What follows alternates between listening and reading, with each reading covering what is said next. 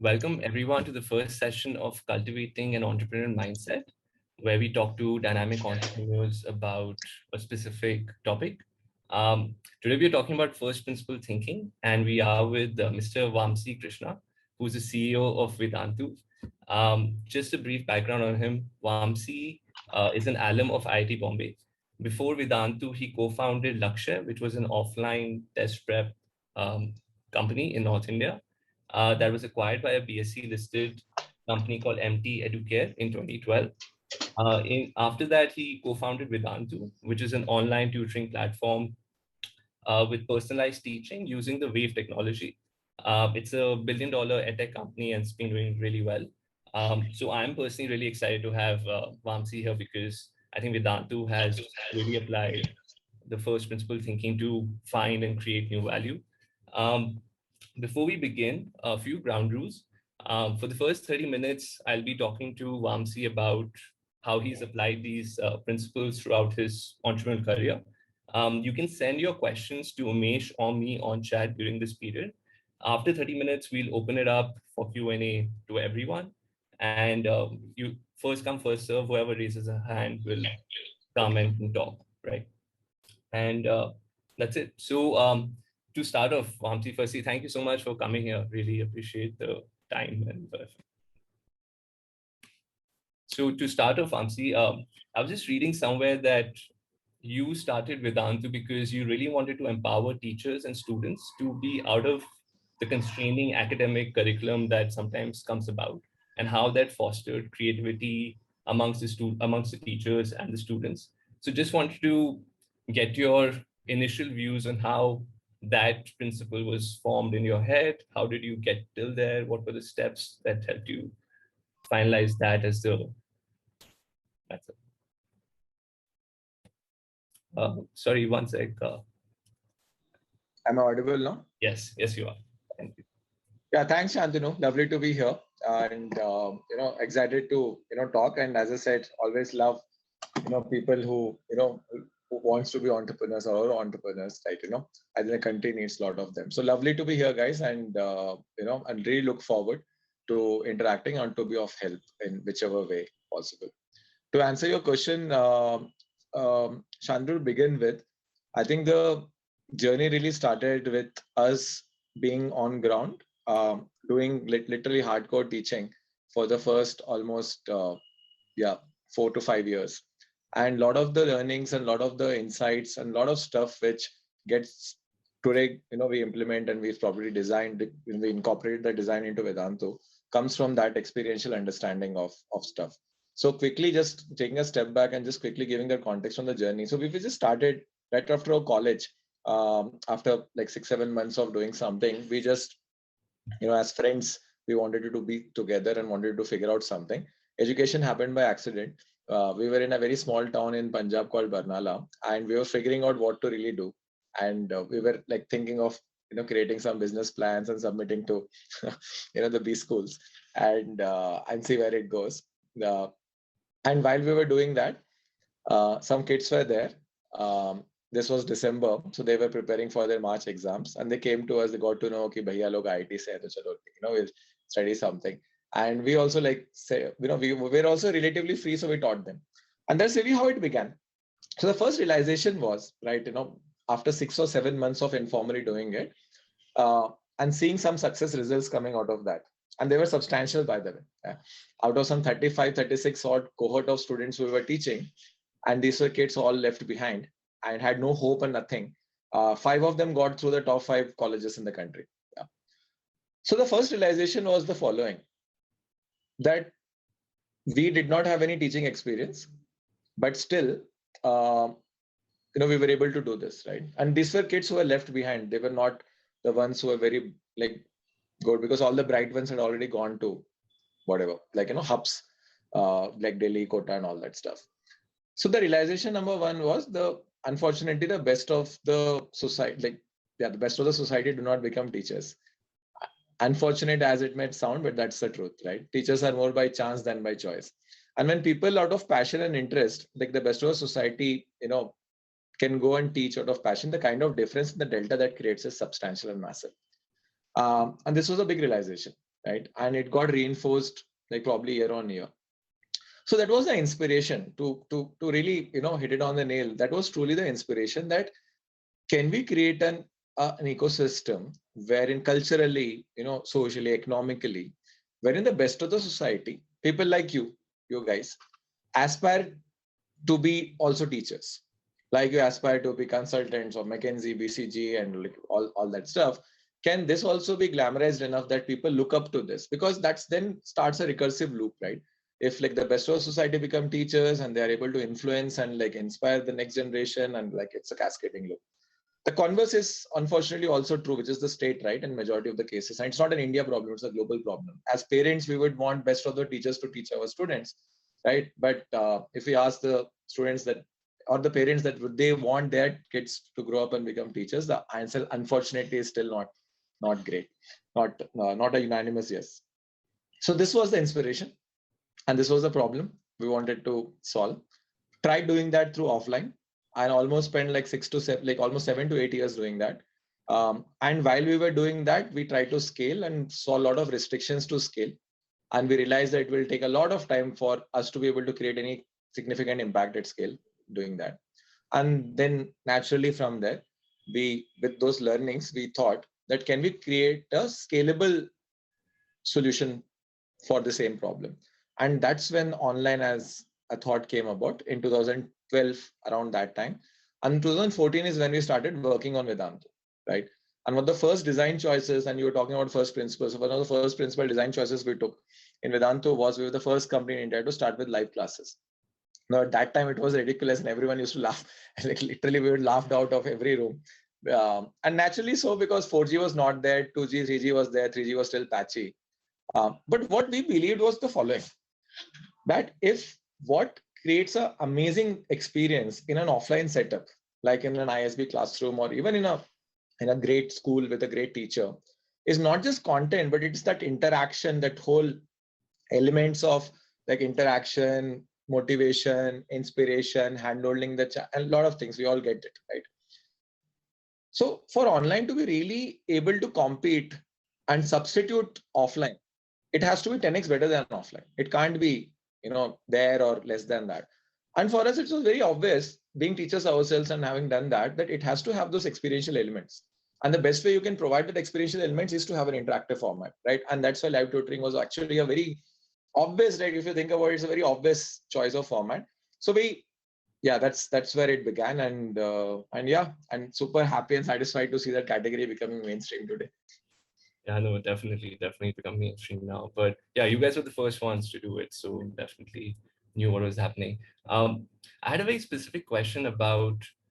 I saw a TED talk of yours where you said that one reason for sort of bad teaching was that people were constrained by the curriculum, that they could not really use creativity, and there was a huge issue with standardizing content. So can you elaborate more on how did you reach that conclusion? What was the thought process there? I think this TED was almost like 7, 8 years back, and there's been a lot of learning since then also for us, by the way. So I'll probably would love to update those stuff with the latest learning. There's so the beauty with online is you have so much data which you can process, which is almost impossible to do in an offline setup, right? You can literally run A/B experiments and figure out which pedagogy is a more efficient way of teaching for a particular cohort of students. Like, in that level we can go. So those are all amazing stuff which is possible today, was not possible probably a decade back. Coming back to your question, Shantanu, so that's a great question. It's a very deep, one. I'll probably be brief right now. So there's a balance. Okay. So the balance is like, if you are able to curate and standardize everything, right, then the kind of person you need is more of a facilitator than really a teacher. Yeah. And that is what probably the institutions tend to do, which is a great scalable solution, if I were to ask me. But the challenge with this is it's like a one size fits all solution, right? And as you said, the creativity and all those things. Both. The flip side is you have these amazing teachers, right? And then you don't bind them with the shackles and all that. And Scandinavian countries and few other countries there have been able to do this fantabulously well, by the way. right? With a lot of focus on teacher training and not really on like binding them with ye padhana hai, aise padhana hai, right? That ways. So these are two extremes, right? Here then you are dependent really on the quality of the teacher and her creativity, and like that works well. The challenge with this one is it's obviously inherently less scalable. The challenge with this is more scalable, but like the other things inside. Now with the learnings and all that, I think the solution lies somewhere. It's neither extremes, right? It's somewhere in between. And now where in between is really a function, and that's a big question, right? Where in between? And that's a function of all things. What is the kind of pedagogy strength you have, the kind of teacher quality slash training quality you have, and so on and so forth, right? So for a specific country where you have that amazing, you can obviously go lesser on this and higher index on this. If it's if it's reverse, right, then you can actually go ulta. So I think there's no one size fits all answer here, right? What we have learned and what we have understood is that you need to have a balance of both, wherein probably the skeleton and the main learning objectives needs to be clearly defined, right? Now, how do you want to go through these learning objectives? Either we want to go through a straight line or a zigzag or some shape. That's where the creativity of the teacher comes in, and you need to have that. You need to give that scope, right, where the teacher can infuse his or her own creativity in that, right? Not very different. This is nothing to do with K-12. Probably the way you guys are being taught also, like it applies for anything and everything, right? And I'm very sure the professors which make stuff very interesting and like are probably your favorites are the ones who are actually able to infuse these two things in a perfect blend. And that's really the art of teaching. And the first one was more of a science of teaching. Yeah, no, definitely. I think that makes a lot of sense. That find a common middle path. Just coming back to, let's say, Vedantu right now, running a team, running, interesting ideas. How do you make decisions as a team when you're trying to solve a complicated problem? How do you sort of attack that? What principles perhaps do you use there? That's $1 million question, right? So I wish the answer is so easy. It is lot contextual, and I think this is something which you'll see me keep repeating quite a lot of times, because many a times what happens is we listen to people, right? Like right now you guys are listening to me, and we tend to then whatever is the answer which appeals to you or probably which you relate with, we tend to then apply it across situations, which tends not to work always because every context is different. And I think all the answers, and I can go on record and say that every answer is contextual, right? So please take care of where you're applying and what, right? But just specific to your question, what has worked well when you are small is very different from what works well when you are large. Yep. So when we were starting, it was essentially a handful of 15 folks. So then communication is not a challenge. You are sitting there, you are like able to openly communicate. Someone has a problem, he just shouts it out, and you just argue it out and answer it out, right? So amazing days, right? Best days probably. I still remember those. So stuff was very easy. So you did not have to spend a lot of time on these things. You just have to hustle and get the stuff done, right? When you grow big, right? And probably when team size increases to 100,000, currently you're at 7,000, right? So when you are that large, the biggest challenge happens is what you said, like how do you tell everyone how to take decisions, right? And if you don't have that decision-making framework, then time gets lost, or probably space lessens, okay? Because nobody knows what to do, right? So what happens is typically you find some equilibrium. So speed obviously is not as high as when you are 15 people. It cannot be, right? But you find some equilibrium. Some best practices which has worked well for us. And please ensure it's also important the context. The reason I am saying all this is because you apply this when you are 15 people, 20 people, you're literally that's bad, right? Should not do that, right? But so that's why it's important at what stage we're talking about. So a lot of things. So for example, not just for decision making, but prioritization also. So So there are a lot of tools. I'm sure you guys know about this, the OKRs or the balance scorecard, a lot of tools like apply grant. But for decision making, what is important is having the value system on the value system clearly laid out. And those value systems tend to very strongly solve for this decision making framework, right? For example, let's say, in Vedantu, some business team comes with a plan for a new course, and they launch that course, and the course probably does not have enrollments as per the projections, and then the finance team comes and says that, oh no, the enrollments are not up to the mark, our gross margins are taking a hit, we can't do this. The academic team is saying, oh no, how can you do this, my teachers are already employed, you can't. The business teams are saying that nahi chala dete hain. Classical problem, right? Now how do you solve for this, right? The value system helps you, right? So the core value system at Vedantu, let's say, for example, is student first, right? Simple, right? Anything and everything revolves around student, right? So much so that business is a consequence. So we have this as a value system. Student first, give value, business is a consequence. So this now helps, right? So no matter what you do, you cannot hurt the interest of a child, right? So the question of like, okay, should we withdraw the badge or withdraw the teacher is not even like discussed, right? It's not even. So not all things can be solved, and obviously there are interventions required, but having very strong culture, which is basically the value systems defined, really goes a long way in helping people take decisions, right? At least at a meta level. Yeah. Of course, at a micro level, there are things and you need to intervene there. But yeah, and a lot of communication of this. This needs to be reinforced, because multiple people are joining in new. They don't know this, right? So you need to go overboard on communication, right? So these are, I mean, Shantu, there are a lot of other stuff around it, but I'm just trying to simplify it. These are some of the things which are best practices when you are beyond a reasonable size of maybe 150 or 200 people. These things become very important. Just a follow-up question here. The value system here usually is like one big meta rule, like student first, or is it like, let's say, a list of values that you follow? List of value. One I just gave as an example because it was a number one value, but it's a list of values. So right now we have like at Vedantu, at least we have 4, right? But like, I mean, there are a lot of examples. Like I think the famously quoted one is the Amazon's one, right? And every company has their own, right? So they tend to solve for this, right? When in doubt, refer to them.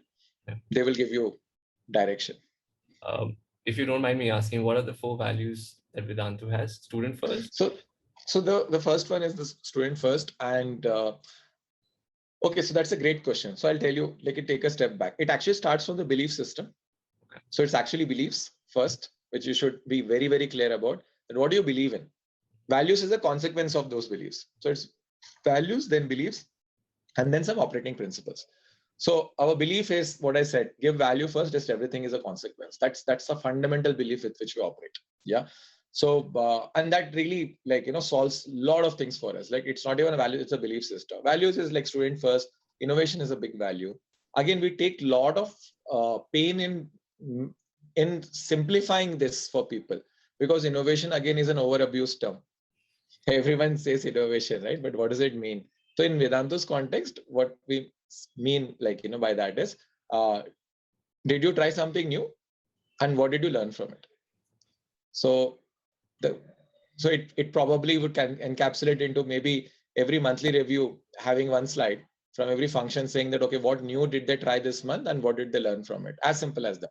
Probably every person also in their yearly review, just putting these 2 things, and it's something to think about. So that's like the second one. Founders mindset for us is the third one, which is very strongly related with ownership and bias for action, right? Those things. So it all gets covered in that founders mindset. We put that because we don't want people to think functionally. It's very, very, very critical, right? And humility is the fourth one, because being an education company, we all believe that we're all teachers, right? And not just from a student's perspective, but even we treat each other as teaching and learning, right? So very high index on that. So I think these are the 4, and then there are operating principles and all, but yeah. Yeah, that makes sense. That's super interesting. And a lot of it makes sense completely. I had one more question about the decision-making process. I read somewhere that when you have a new problem to solve, you first throw people at it, then you build a process, and then you build the product. Can you just take us through that thinking? How does that sort of evolve, and why did you choose that particular sequence? For speed, right? Again, for speed, right? Uh, with again the context that it's more of a startup way of doing things, right? Not necessarily applicable for everything, and not necessarily applicable for all projects also, but largely applicable for all. So how it goes about is the following, right? If you think of a hypothesis and you feel that this is what you need to do, let's say, yeah, or you have a hypothesis that this might work, right? So wherever possible for speed, right, we always have found like throwing people at the problem is obviously the speediest, right? At least in India, yeah. What it means is rather than spending, let's say, very precious development hours and engineering hours on creating the product, and it will take 1 month or 2 months depending on how complicated it is, and then you try it out, and then you figure out it doesn't work, those 2 months are wasted, right? As compared to, let's say, you figure out something. So first you search for open source tools or whatever is freely available, make a quick dirty stuff, throw people at the problem, right? And when I say throw people at the problem, not necessarily people, like, it can, like, all of this, right? You don't develop it basically, right? You throw people at the problem, and then you try it out and you test it out. Either it works or it doesn't work, right? Or something in between. If it's in between, you iterate and do it. Let's say it doesn't work, you just dismantle and you move forward. So the cost of experimentation is low. And if it works, right, then you either create a process around it if it's an ops related thing, or if it's a tech related thing, you create a product around it, right? And that really, how it helps you is, one, you know exactly what you need to create because you have done those experiments, right? And see, 2 out of 10 thing works. So you're not wasting your precious time on those 8 things, right? Again, context and caveat, not applicable for everything, but wherever applicable, one should, and it's a very high recommendation, one should, follow this approach, especially for startups. In fact, I would say for any company, that should be the approach, but especially for startups where the speed is extremely critical and resources are always in constraint. Yeah, no, that makes sense. That makes a lot of sense.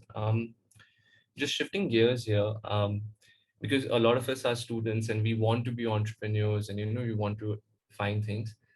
I'm just wondering, what would be your advice in terms of developing a first principle mindset where we're able to find problems and find creative solutions? So for example, for you, it was actually going on the ground, teaching, and then learning that, creativity comes from unconstrained academic curriculum. How would you sort of guide someone like us or someone like ISB students to develop that principle thinking to get those problems really there? So it's a it's not a I would say, I'm sure everyone knows this, there's no formula to it, and it's more of a mindset thing. See, what I would suggest is, first of all, you need to be free, right? I think that's like the first thing. If you're already starting with a very strong mindset or a preconceived notion, but that is where you stop the creative juices or first principle thinking to flow from. So the first and foremost thing is for you to be very unbiased and literally free, right? From the it's almost that Zen philosophy, right? In order to really learn, you need to first be empty, then or unlearn, and then you will learn, right?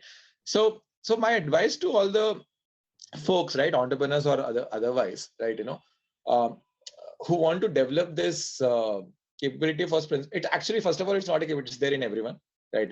Everyone, and it's nothing fancy or anything.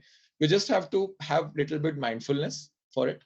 Yeah, so be mindful about where you are essentially getting very biased and stuff like that, and just apply common sense there. I mean, that's as simple as that. It's first principle is basically common sense, nothing more than that. and yeah, it comes. Having said that, it is not equivalent to what you said, Shantanu, and I'm just trying to differentiate these two, by the way. Going on the ground and doing it and all that is a separate stuff. First principle thinking is a separate stuff altogether. Going on the ground and doing it is, I think, simply the way to do things, right? And and if you guys are very passionate about something, that's the only way you do it. Yeah. So hence my advice is, since you asked about what's the advice, my advice is just try to find what you're passionate about, right? Especially in entrepreneurship, right? And don't do that for wrong reasons. Yeah. The wrong reasons are like, I'm doing it because this is hot, or there's a lot of activity, there's a lot of funding in the sector, and so on and so forth. Those things tend to be very lucrative, and sometimes also you would hear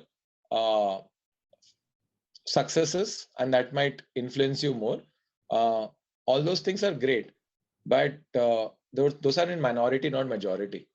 Majority of the cases, you really have to, hustle it out, figure it out, slog it out to really find it. And all of those things you will be able to do only when you're deeply passionate about the problem you're trying to solve and deeply associate with the impact that will create. And that requires energy and conviction. And that you will only have if you are not influenced or attracted by the superficial stuff, which is evaluations or funding or blah, blah, blah, right? So I think I would say that is my biggest advice, right? But a lot of the times I see people working backwards that, this sector is hot. There's a lot of this funding, or this VC has said that they will probably now invest 1 billion in this sector. So I will open something in this sector. Please don't do that, right? So that's not sustainable. Yeah. And yeah, sometimes some people can be lucky, right? I mean, okay, 1 year, 2 years, like literally something they created and all. But the question to ask it, is it really fulfilling? Yeah. And that's what you should optimize for, is my advice. Yeah. So the right reason is be passionate about the problem and the impact. That is essentially the right reason. Yeah, just ask yourself that, is this a problem worthy enough to give your next 10 years or 20 years or ideally your lifetime to? So just going off that, right? When you thought about the problem, when you thought about the impact, how did you see yourself 10 years down the line? Like, this would be the impact, this would what would make this worthy. Like, how did you figure that 10-year vision for yourself? I did not. That's the funny part. I did not, right? And I never made any business plans. I never made anything, right? I did not. I just, again, this comes back to the first principle thinking. We just said that, is education necessary and important? Answer is yes, of course. All of us have gone through it. So intuitively we get it, right? Is it large enough market? 100% yes. Yeah. And now this third part is when we did it on ground and got it. Is there a big enough problem here? Right. And that was not very clear first go, but that after spending few years, it was very clear, right? Very, very large problem. Well, these things are there, right? Then you are just going about and probably aiming to create a 10x better solution to it. And if you're able to give that value for you automatically gets unlocked, either in terms of like size, revenue, business, valuation, like everything. So very honestly, even till date, I do have this goal that we'll be reaching these numbers and all that stuff. That's more for this, but it doesn't really matter. If those numbers doesn't get reached, will I stop working for this mission? Of course not, right? So yeah, but that's probably me, right? I'm not saying that should be similar for everyone, but at least I would say, be very clear about the problem, and do you have the passion to pursue that problem for a long term? Yeah, that makes sense. Makes a lot of sense. Also, before I continue, we are open with Q&A. So if people want to ask Q&A, they can just raise their hands. I'll keep asking questions, and if there's a queue, we'll just go in line. So people feel free to ask questions or raise your hand first, and then we can see. Anyways, I was actually wondering, Vamsi, in terms of like decision making, as an entrepreneur, there's a lot of volatility, right? Like your emotions are going up one day they're going really down because things are so volatile. how do you account for your emotional state when you're making decisions? Like, how do you sort of, uh, make sure you're at the right spot, making the right decision Yeah. mentally? So that's a wonderful question. So mindfulness is extremely critical, right there. Okay. Extremely critical, very critical, right? So it comes from experience, obviously, right? And uh, and obviously, it's very great. It's good to have support structure around you who have the comfort and also access to be able to help you calibrate. First, tell you that stuff like that is happening, and then and also like so for example, in your like in any startups case, that's why I say co-founders are very critical, right? Or someone, because then they they can come and probably tell you that what, maybe you are contracted, and this decision probably you've been contracted over last few days, right? So it's very important to be in an expanded state, right, while taking these decisions, because very high stakes decision, and beyond a stage, essentially that's your only job right, to take right decisions and probably take capital allocation calls.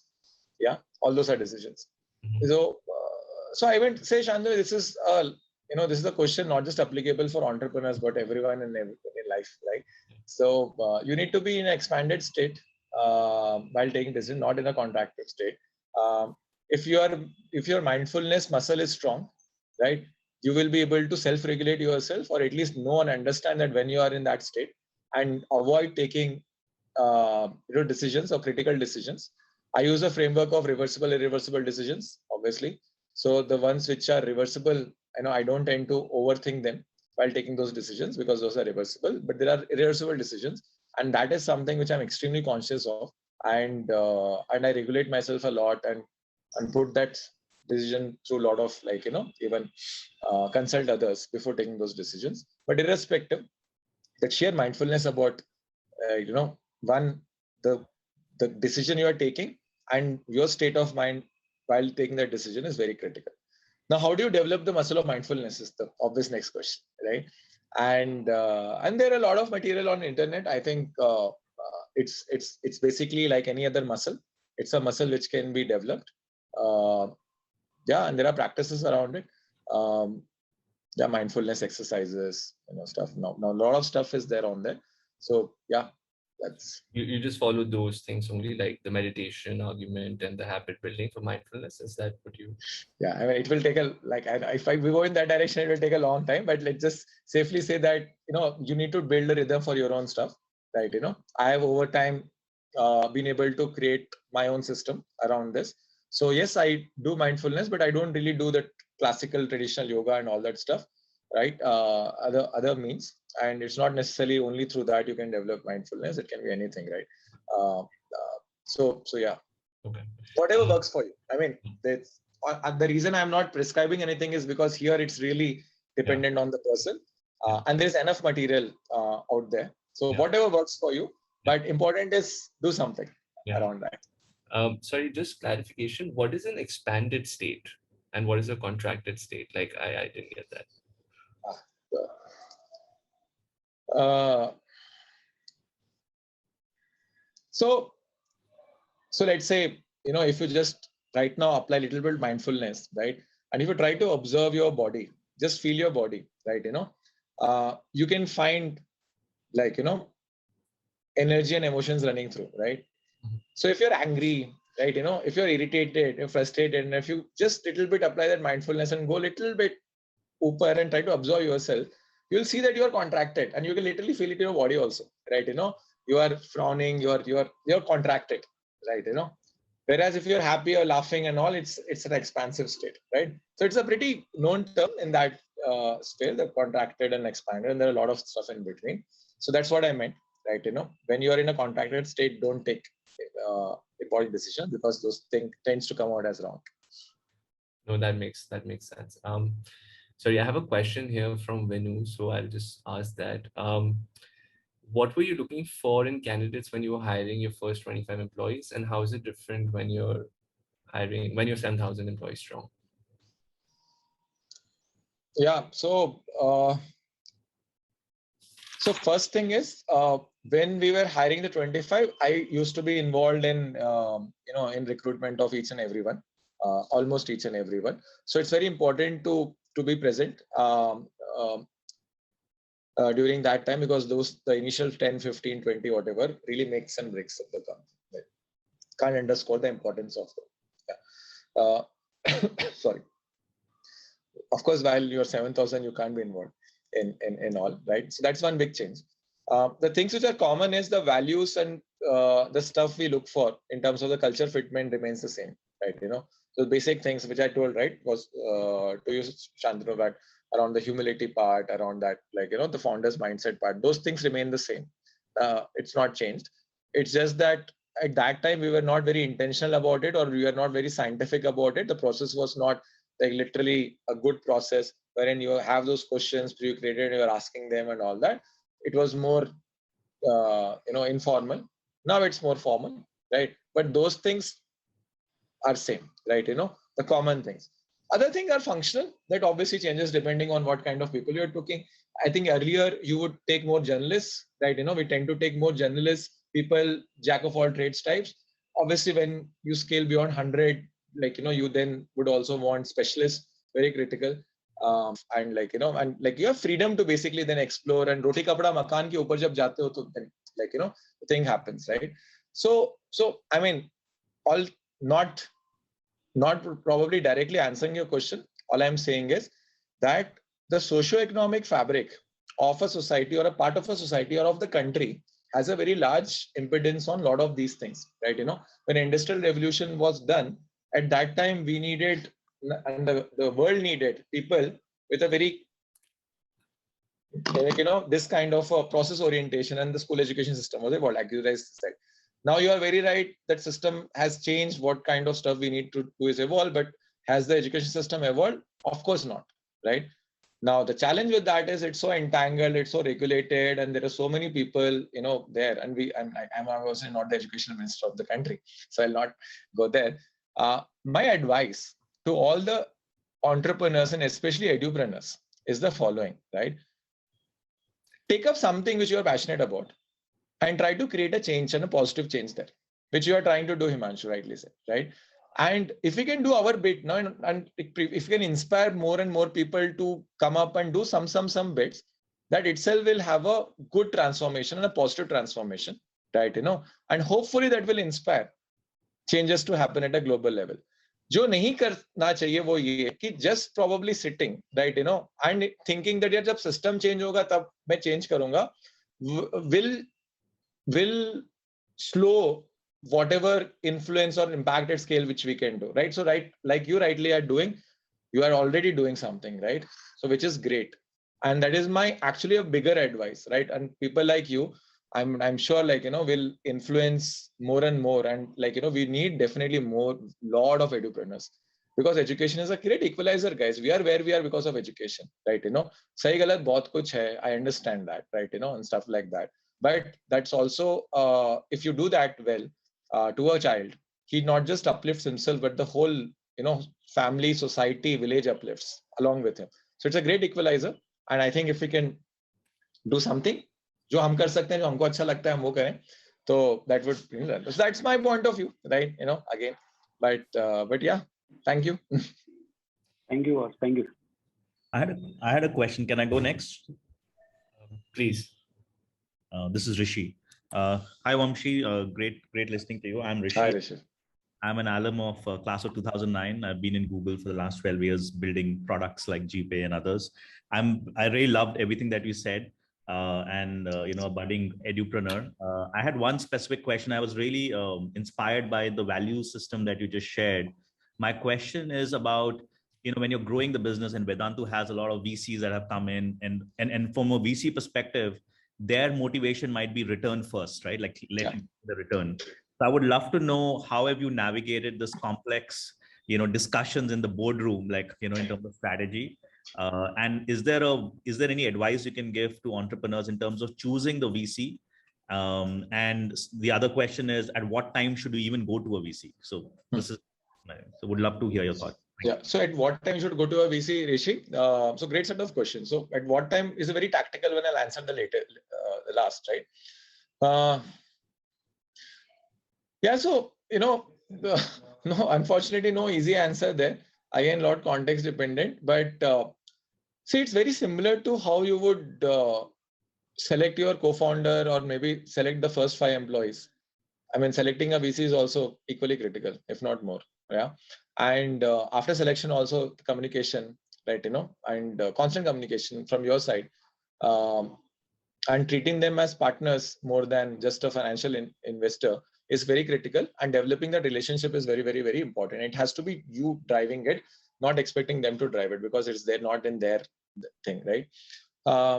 Okay, so that's one, right?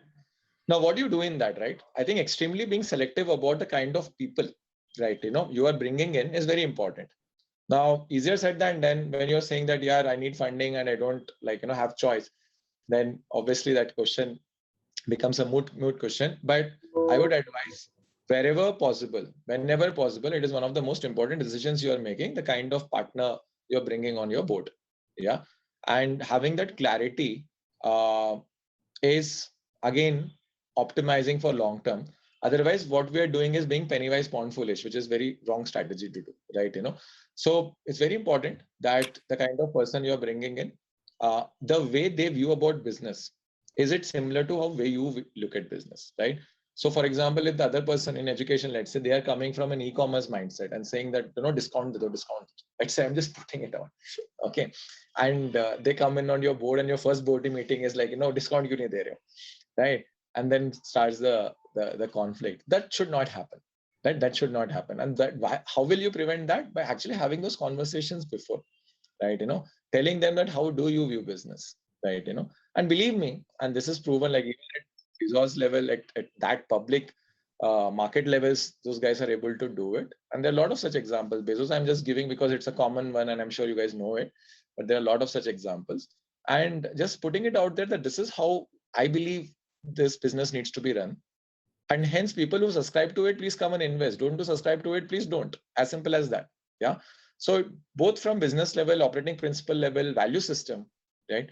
So it's very critical, and we take a lot of pains in doing that. By the way, we as a Vedantu, I can tell you, we take a lot of pains in doing that. I've been very fortunate enough, at least at an 85-90%, not all, still. I have that alignment, right, in which everyone is very clear that this is the path, this is how we will win in the long term, right? And so the discussions are more tactical. Never have the discussions happen at a value system level. Ki value kyun hai hamari, right? If that happens, it's a very tough situation to navigate. Yeah, and unfortunately, in some cases it happened, but that's unfortunate and very tough problem to solve, by the way. Got it. That's. When do you go to a VC? I would say very context dependent. Unfortunately, I don't have a straight answer to this, Rishi, right? Because there isn't any. Yeah, that depends really on the kind of business you are running. The first question I would advise everyone to ask is, do you even require VC money? Right. Yeah. And don't raise if you don't. Yeah. There are only few tech, or platform businesses which really require VC money and can generate the kind of returns which VC expect to, right? And not all. If you are thinking of opening a pizza corner, I mean, you should not be taking, and neither if you take, neither will it be able to generate that kind of a capital, for example, right? So yeah, I would say first decide whether you want, and if you feel you want, and if you feel that your product market fit has arrived, and you essentially now just need money to scale, then go and raise a big check. Till that, be super frugal and raise as less as possible, right? And spend all the time and energy in creating product market fit. So there are simple 2 phases. Create product market fit. Till that, be extremely frugal. Once your product market fit and you're clear that I have a solution, then take money and scale it. Got it. That was fantastic. Thanks a lot, Vamsi, for sharing. And I share the passion for mindfulness. So I'll connect with you separately on that. So thanks for sharing your insights. Thank you. Thanks, Rishi. All the best. Thank you. So we have some questions on chat, and in tune with what was just asked. One question is, Edtech is growing fast in terms of investment, but all the major Edtechs are making losses till now. When do you feel the Edtech market will make a move towards profitability as against growth at all cost? So this is a question, we discuss quite a lot, by the way. It's a very common question, and it has nothing to do with EdTech, by the way. I can safely tell you this. It is to do with any fast-growing company, be it startup or not startup, right? Again, very first principle thinking, if I just apply here, it's very simple, right? First, you need to think about at a unit level, is the business making money or not at a margin level? If the answer to that is no, right, then you think about, is there some economies of scale or some shifters which will make sense when you scale, and then it actually makes sense and you'll start making money. And there are a few businesses which are designed like that. Like, for example, Facebook, networking, right? When you're in one college, there's no way you'll do anything with it. It has to have a certain scale for everything to make sense, right? So there, if you ask this question that, profitability at day one, you will not have a Facebook, right? Or whatever. Yeah. So it's basically that first principle should be very clear, right? That you need to have, it's maths basically, right? What does it look like, and what does it need to look like for it to make sense? Now, the converse is also true. If it's a business wherein there is absolutely nothing you will achieve through scale or economies of scale, or you will achieve it's very small, then you need to optimize for that gross margins right from day one. Like WeWork, for example, right? And if you don't do it, then the consequences are what they are, right? So it's that first, yeah. But at a unit level, assuming it's not Facebook, it's like very few percentage of the business are like that, right? Assuming is the second one, then yes, of course, 100% yes. You can always invest a little bit in the start to maybe prove something or experiment something. But let's say it matures after 1 year or 2 year, up 2 year or 3 year, I'll not debate, but whatever, it has to make money. Yeah. But guys, one more disclaimer I want to put here is, since we're discussing this topic, we should not judge a business is making money versus to a company making money or not. And those are two different things entirely altogether, right? A business vertical making money is very critical and it's important, and it's that stable stakes. If that's not happening, there is a fundamental issue. But a business is verticals, there can be 4 business verticals and all of them are making money. Still, as a company, you can actually be at a loss, because actually you're opening up 10 business verticals and you are investing, right? And that's what is getting you growth, and that's the premium you are doing for growth. So it's that balance. When you are in a sector and you see sectors that there's so much room to grow and you have capital, you'll always optimize to probably put more seeds, invest in those seeds, and those seeds bearing fruits and trees, right? So that's the approach. And how you think about it is, obviously the constraint is your total capital availability, right? And very honestly, that is why the VCs are funding you in the first place. If those 4 verticals are making money and you don't open 5 more, then you don't need capital, right? Why would you raise in the first place, right? So I don't know whether I'm able to answer that question completely, right? But it's a very generic question, not just applicable for EdTech, but everyone. So for example, let's talk Vedantu, right? We've been growing at a 3x average year on year for the since 2017, right? That's the kind of growth rates we are having. So if I'm growing at that, obviously it requires investment, right? And we have money, that's why we are investing, right?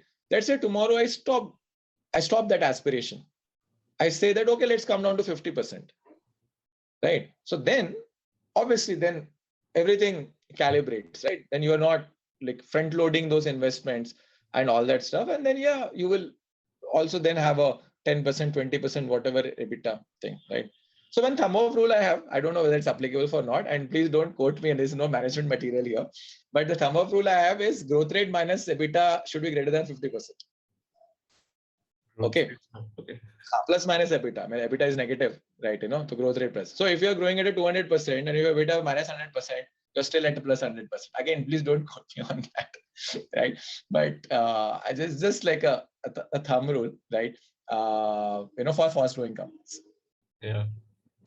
That makes a lot of sense. I guess I'm just wondering that, and maybe the question is geared towards that, is there anything specific about education as an industry where the scale up advantages are more obvious and that's why you have to do growth heavily versus profitability? Is there anything inherent about that? So education businesses are actually low burn businesses, by the way. I think I should actually, of all the sectors, it is one of the lowest burn businesses, right? The reason being high gross margins, very high gross margins. So we operated a 65% gross margins, right? And I can talk about others in the industry as well. It's similar, or like, in some cases even higher, right? So yeah, I mean, so margins and those things are not even an issue.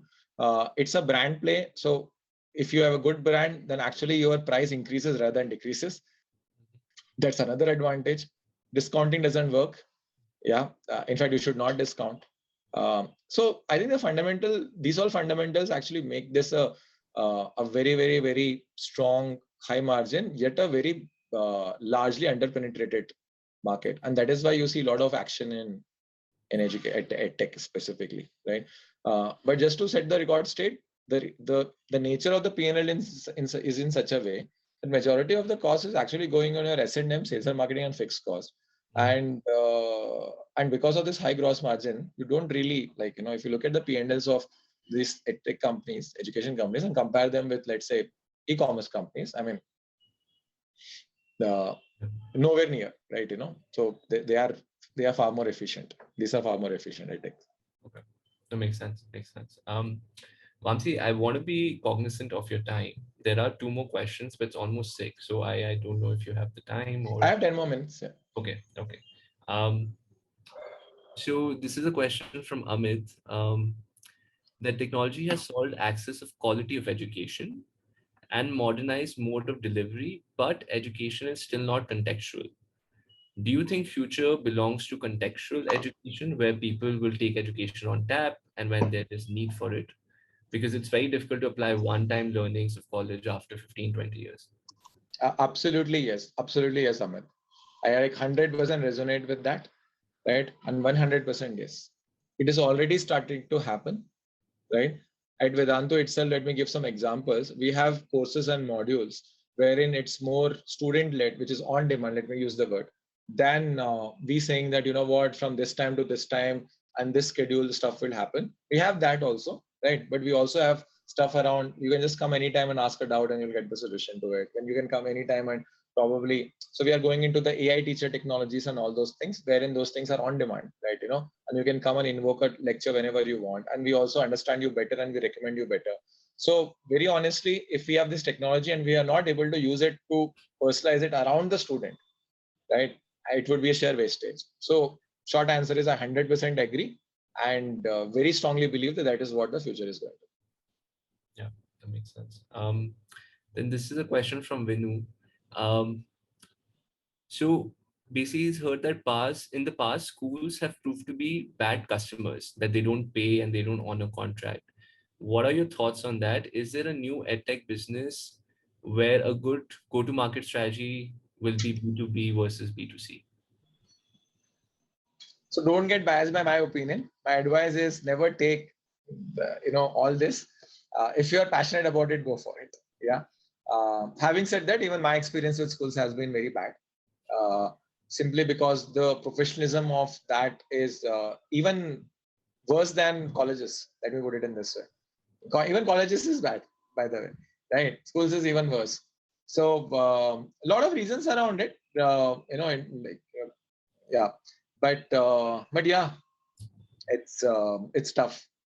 School businesses is tough, and we have not had any models till now have successfully been able to solve for that. Especially at scale. You can always do that for the top tier, the 1% schools. But scaling beyond that is the challenging affair, especially if there's a monetization model around that. Yeah. But having said that, I mean, there can always be new models, right? There are always new innovations. So if there's something you're deeply passionate about, please go for it. Yeah, that makes sense. I will throw in one of my questions because I'm very interested to ask this. I think somewhere you said in terms of advice that, you should try to conserve your energy. You should have energy saving tactics instead of having time saving tactics alone when you're trying to be an entrepreneur. Just want to understand, how do you ensure that? How do you find where do you gain energy, where you don't, and how do you ensure that sort of framework for yourself? Shannon, that's my favorite question. Okay, so I can go on hours speaking about it.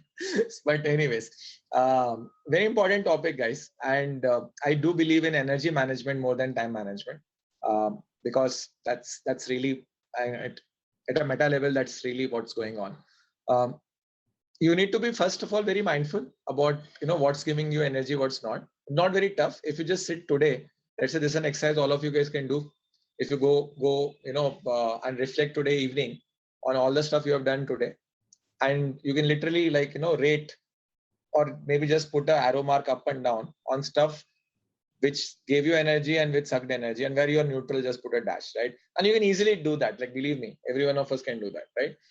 So it's important to first realize that what are the stuff which gives you energy, and there will be a pattern there, and what are the stuff which saps energy out of you, and there will be a pattern there, right? Always energy sappers will be more, right? Beyond an age, which we all are at. For a very young, like 3-year-olds, 4-year-olds, everything is energy giving, right? And very honestly, like, sidetracking this, because we work in that area, so like some intuitive knowledge, that's why they have so much energy. We say that like inki energy khatam kyun nahi hoti, cell lagaya kya piche. That's why they have so much energy, because every activity is actually energizing them, right?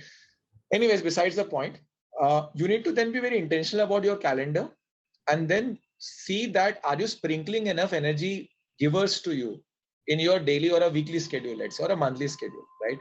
And if you are not, then you will very soon get drained out, right? And this is applicable for anything and everything. If you're an entrepreneur, more so, yeah.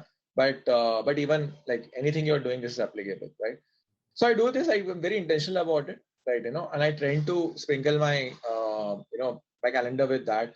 Luckily, I have now a support structure. Like, I have my chief of staff, I have my EA and all that to help me do that, and we audit our calendar regularly. Yeah, and yeah, very critical and very, very important for you to do that, and that has given me a lot of positives. The reason why I'm able to even able to operate is largely because of that. So Shantanu, that question, thanks for asking that, is very critical, and not just for entrepreneurs but for everyone. Yeah. And this is something which I would suggest you guys should do. No, makes sense.